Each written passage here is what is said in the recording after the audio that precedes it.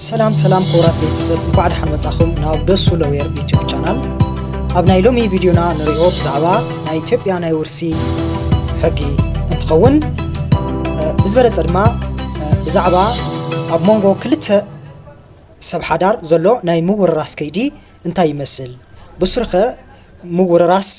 ይከኣል ዶ ንምንታይ ይኸ ዘይከኣል እንታይ እቶም ምኽንያታት ኣብ ናይ ካልኦት ዓድታት ሕጊኸ ከመይ እዩ ይፍቀዶ ዝብል ክንርኢና بمسرت نا إثيوبيا ناي فتا بهر حقي مالتيو قدمينا وانا فيديو محلافنا جن زي فيديو مريسكم تكتاتلو سلازلكم كمسجنكم يدلي سبسكرايب مقبار كيترسعو سناينا مكتتال جزيه بمسرت نا إثيوبيا ناي فتا بهر حقي كاب عنكز شو 440 كلتن كساب شو 56 أبزلو دنقاقي أربعة ناي موراس مسل زلوهم أكلات اللو زيهم أربعة categorizationات first relationship second relationship third relationship نا fourth relationship لنا categorize نقوله مالنا مالتي حقي بخمسة ملكة يمقاقلهم أب first relationship ولاد يمثل أبزك زيزيو ولاد كرميا ناي موراس مسل يوهاو مالتي ولاد انت زي اللي يودما second relationship يمصمو اب second relationship زمدو اكلات كم ولدي ويدما نويناي ولدي ورستي زبلو اكلات second relationship كل اي درجه زسرعو معناتي ابزي غزي زيو كلتيوم ولادن ولاديتن اندحردا حاليوم اتي نايز مواتي نبرت بمعرى يكافلوا ولو معناتي ምናልባት ሓዲኦም ተዘይልዮም ድማ ጠቕሊሉ ሙሉእ ብሙሉእ እቲ ንብረት ናብ ሓዲኦም ይዘዋወረሎ ወይ ድማ ናብ ሓዲኦም ይመሓላለፈሉ ማለት እዩ ኣብ ሳልሳይ ሪሌሽንሺፕ ክመፁ ዝኽእሉ ግራንድ ፓረንትስ ወይ ድማ ኣቦ ሓጎታት ወይ ከዓ እና ሓጎታት ማለት እዩ ሓደ ሰብ ብኣዶ መስመርና ብኣቦ መስመር ኣቦ ሓጎን እና ሓጎን ኣለዎ ብክልቲኡ ኣብዚ ግዜ እዚ ንብረቱ ብማዕረ ናብ ኣርባዕቲኦም ኣካላት ይከፋፈላሉ ማለት እዩ እቲ ፍርቂ ናብ أبو مسمر اتفرق ناو ناي أدو مسمر أبناي أبو مسمر كم زرعنا يو أبو حقون إن حقون علو أبناي أدو مسمرون أبو حقون إن حقون علو مالتي أبزك زين اتفرقي ناو أدو مسمر تقدر بمعرن دجنا ففرقوا من مغلوه اتي أبو مسمرون لك عخمو ففرقوا من مغلوه أبزك زي أبناي حديو مسمر ناي حديو متزيه اليوم مالت نايز مواتي أبو حبو وين حبو انتزي اليوم إذا فرق نبرات بملؤو مالت إتا فرق نبرات ناب إتي زلو أكل مالت نايتي أبو حبو كوني خل إتا حبو تكون تخل إتا فرق بملؤ أجن تناودو مسمر تبصح بملؤ تم حلال فلا مالتي بمقصال أبزك زي كمست زخل نجر تايلو نهتتهم ورستون كوسروي خل اليوم التنبرات مالت أبو حبوتات تزيليوم أكوتات حتنوتات حوبوتات أموتات ناي موراس مسلنيوم ناي ولدهم ورست بمخانم مالتي قصة بيلنا خا فورز ريليشنشيبز مدبنينا جراند بارنتس تزيها اليوم جريت جراند بارنتس زبهالو ناي موراس مسلنيوم مالتي زم جريت جراند بارنتس زبهالو ناي زمواتاي أكل أبو حقوتاتو ولدهم مالتي ناي أبو حقوتاتو ولدهم أبزي كذي حادثة كندي جراند بارنتس كله ويخلو مالتي شو منته خانلو كلهم منتليهم مالت شو منته جراند بارنتس علوه جن كلهم بيوت زي كله يخليهم كلهم سرفايف تزي غيرهم نافت زلوا سبي يخونالو وينون ناورستمون يخونالو مالتي زي كابلنا أب تمأتوي كم زبلنايو أبزي فيديو زي بتخرت النريئة أب مانجو كل تسب حدار زلوا ناي مورراس كيد إيو እና ካብዞም ድንጋጌታት እዚኦም ካብ አንቀጽ 842 ክሳብ 856 ዘለው ድንጋጌታት ብተወሳኺውን ዝተፈላለዩ ናይ ኑዛዜ ከይድና ናይ ሪፕሬዘንቴሽን ድንጋጌታት ክንርኢ ከለና እንድሕር ሓደ መዋቲ ብሂወት እንከሎ ዝገደፎ ኑዛዜ ዘይሃልዩ ويون እቲ ዝገደፎ ኑዛዜ ቫሊድ ተዘይ ኮይኑ ወይ ከዓ ተቐባልነት እንተዘይ ሃልይዎ እዞም ሰብ ሓዳር እዚኦም ማለት እቲ ዝተርፍ ወይ እታ ትተርፍ በዓልቲ ሓዳር ወይ በዓል ሓዳር ናይ ምውራስ መሰል ከም ዘይብሎም እዩ እቶም ዝወልናዮም ኤክሰፕሽናት ከም ዘለዉ ኮይኖም ማለት እዩ ኑዛዜ እንተልዩ በታ ኑዛዜ መሰረት ትኾነላ ተወሳኺትና ሪፕሬዘንቴሽን ውን ሓንቲ ኤክሰፕሽን እያ ብሪፕሬዘንቴሽን ውን ክወራረሱ ይኽእል እዩ ብሪፕሬዘንቴሽን ክንብል ከለና ከመይ ማለት እዩ ንኣብነት ክልተ ሰብ ሓዳር ዝወለድዎ ህፃን እንድሕር ዳ ሃልዩ ክንዲ ውላዳ ተተኪኣ ወይ ኣብ ክንዲ ውላዱ ተተኪኡ ናይ በዓል ሓዳራ ወይ ናይ በዓል ተሓዳሩ ንብረት ናይ ምውራስ መሰል እንእዎም ማለት እዩ ካብዚ ወፃኢ ግን ኑዛዜ ወይ ተዘይልዩ ወይ ኑዛዜ ቫሊድ ተዘይ ኮይኑ ወይ ውን ሪፕሬዘንቴሽን እንድሕር ዳ ዘይሃልዩ በምንም ተኣምር ናይ ምውራስ መሰል የብሎም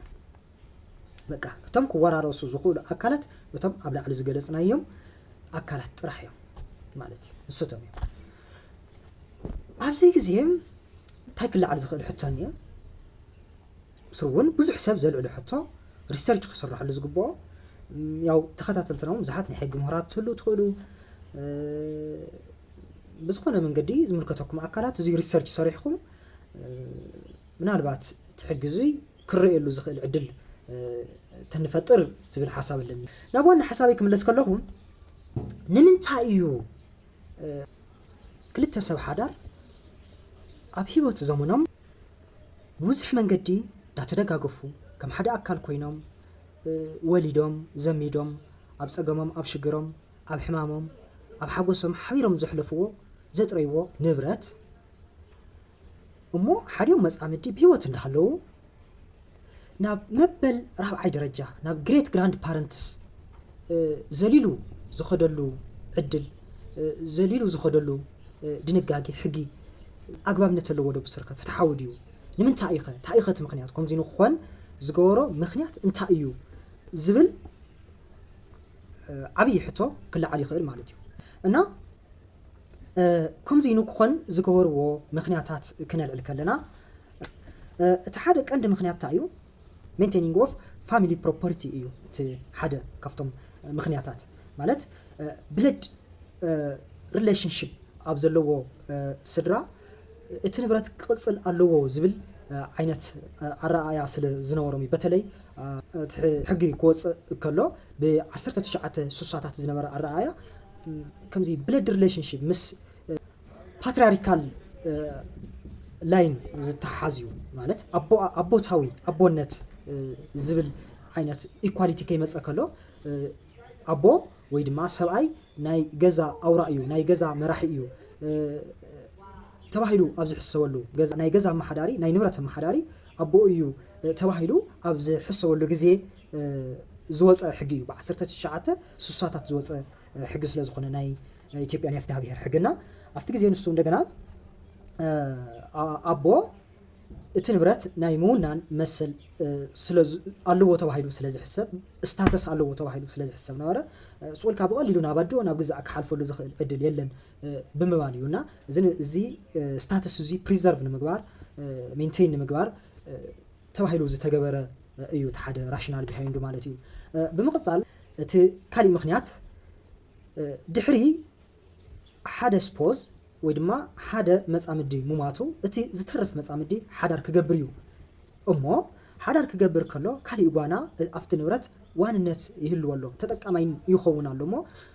እዚ ክኸውን ኣይግብኦን እንካብ ካሊእ ጓና መፂኡ ክጥቀመሉ ናብ ወለዲ ወይ ናብ ካልኦት ርሕቕ ዝበሉ ቤተሰብ ዘመድ ኣዝማድ ተዝኸይድ ይሕሽ ብዝብል ምክንያት እዩ ከምኡ ንክኸውን ዝኽኣለ ማለት እዩ ካሊእ መበል ሳልሳይ ምክንያት እንታይ እዩ marriage is a contract not complete marriage of the two spouses ወይ ድማ the two persons ናይዞም ክልተ ሰባት ፍጹማዊ ምትእስሳር ዘይኮነስ ውዕሊ እዩ ሓቢርና ንንበር ተባሂሎም ተዋዒሎም ዝነብሩሉ ከይዲ ዳ እምበር ጠቕሊልካ ሓቢርካ መርጅ ትገብረሉ ጠቕሊሎም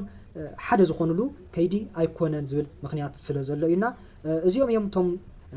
ቀንዲ ምክንያታት ያው በመሰረት ናይ ኢትዮጵያ ናይ ውርሲ ሕጊ ኣብ ሞንጎ ክልተ ሰብ ሓዳር ما أمونغو سبعين سبيتن مورراس زي فقدلو مخنيات بزوم يزرعنا يوم مخنياتات يو مالت بزوم مخنياتات زيوم إيو زي ورارسو سبعين سبيتن مالتي زي كابلنا ناي كالوت عدتات حق خنرئ كلنا أنا زوم مخنياتات زيوم أحقابنتو أبز جزء زي كنرئ كلنا بزح كحتتو زقبهم نجارات اللو مخنياتو هذا زي باترياركال زبهال أبونت زبهال أبز جزء زي يسرح دوم زبل عندنا ناي USA حق خنرئ كلنا United States حق كنرئه كلنا أمونغو كل التسع حدر قلت زخنا ناي مور راس حقي نيوميو مور راس يكالي مالتي بزحت استفراليو حقتات نيو زفكر لهم نابنتينا نسو علينا نينا نابو زي مسارات كنرا كلنا نمنتا ايو زي فقدلو كفقدي غبو بز غزيس كمحايشني او زبل ነገር كمصلنا يخليو ناب راسنا ያው እዚ ምስ ዝምልከቶም አካላት ኮይንካ በመረዳ ሪሰርች በመስራህ ክቅየር ዝኽእል አይነት ድንጋጌ እዩ ዝግበኡን እዩ ኢለ የዝሐስብ እዚ መስል ነይሩ ናይ ሎማዓንቲ